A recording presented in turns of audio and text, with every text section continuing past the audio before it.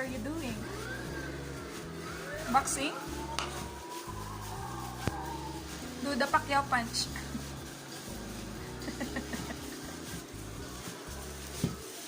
So we have this camote or sweet potato.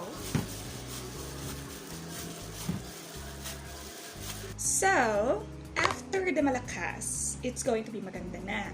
So, maganda is going to have a little continuation of what malakas did. Malakas, kasi nga, using all his powers to mince all of this potato. Sweet potato fresh from the garden.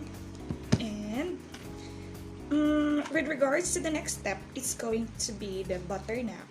So here's the butter. I melted it. It's actually 1/2 bar of the butter that I have melted using the microwave oven. May microwave kami. Kayo meron? Sabi ko yun kasi we don't have that in the Philippines. But in Thailand, it's easy for us to have the microwave. Someone just gave it to you. Like, oh hey, you need a microwave oven. It's for you na. It's more fun in Thailand.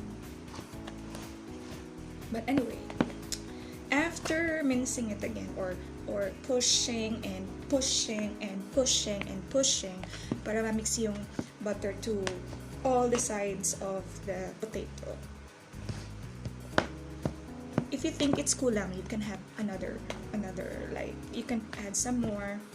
But I think it's not kulang anymore because I don't have anything to add on na. 1/2 lang kasi yung nabili ko. Hindi free yung butter.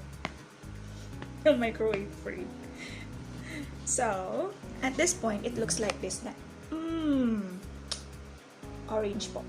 Orange po yung potato ko. So, after that,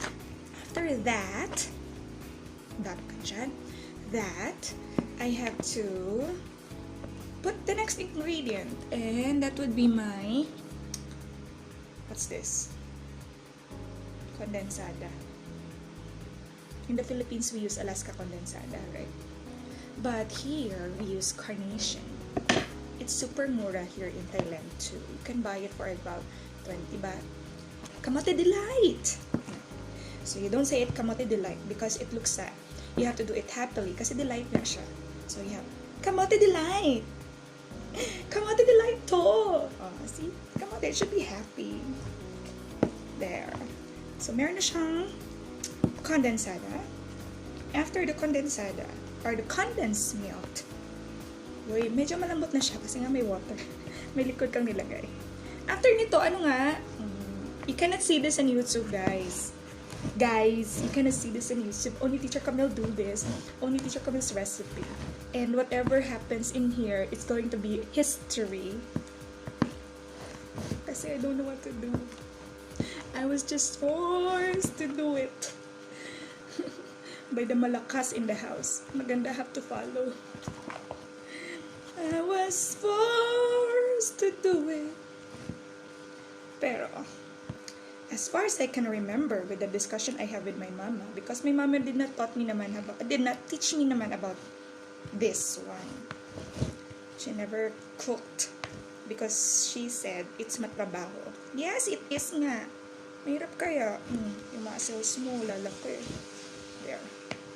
So you have to use this one. Sweet. Kamote delight siya! Oh my gosh. I think it's a success. If you need it to be more or sweeter, maybe you can add some sugar. Sugar, please! Ito. Mga 1 kilo para super sweet. Pero kung anniversary kasi, super sweet, diba? So, you have to put 1 kilo of sugar, one can of carnation iba. Pero after the anniversary or the monthsary, hindi na siya sweet. So, you just have to put maybe 2 spoons of sugar. 2 tulo lang ng carnation condense. Kasi, tapos naman yung anniversary. Tapos na din yung monthsary. After next month ulit. Diba? That's how it is. But of course, pag anniversary, super sweet talaga yun. Diba? Mansari. May pa-surprise, surprise.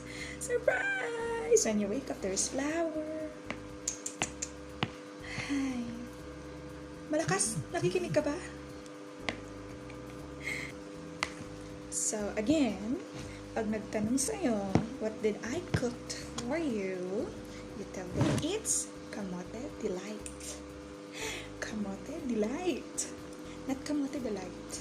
Camote Delight is wrong. Because it has to be a happy month. It's delight kasi. The word is delight. Delight, delight, delight forevermore. My delight is forevermore. But anyway, this is how it looks like. This is my Camote Delight.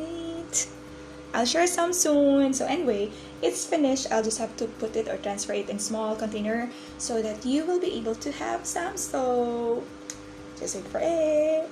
Bye guys. Thank you for watching.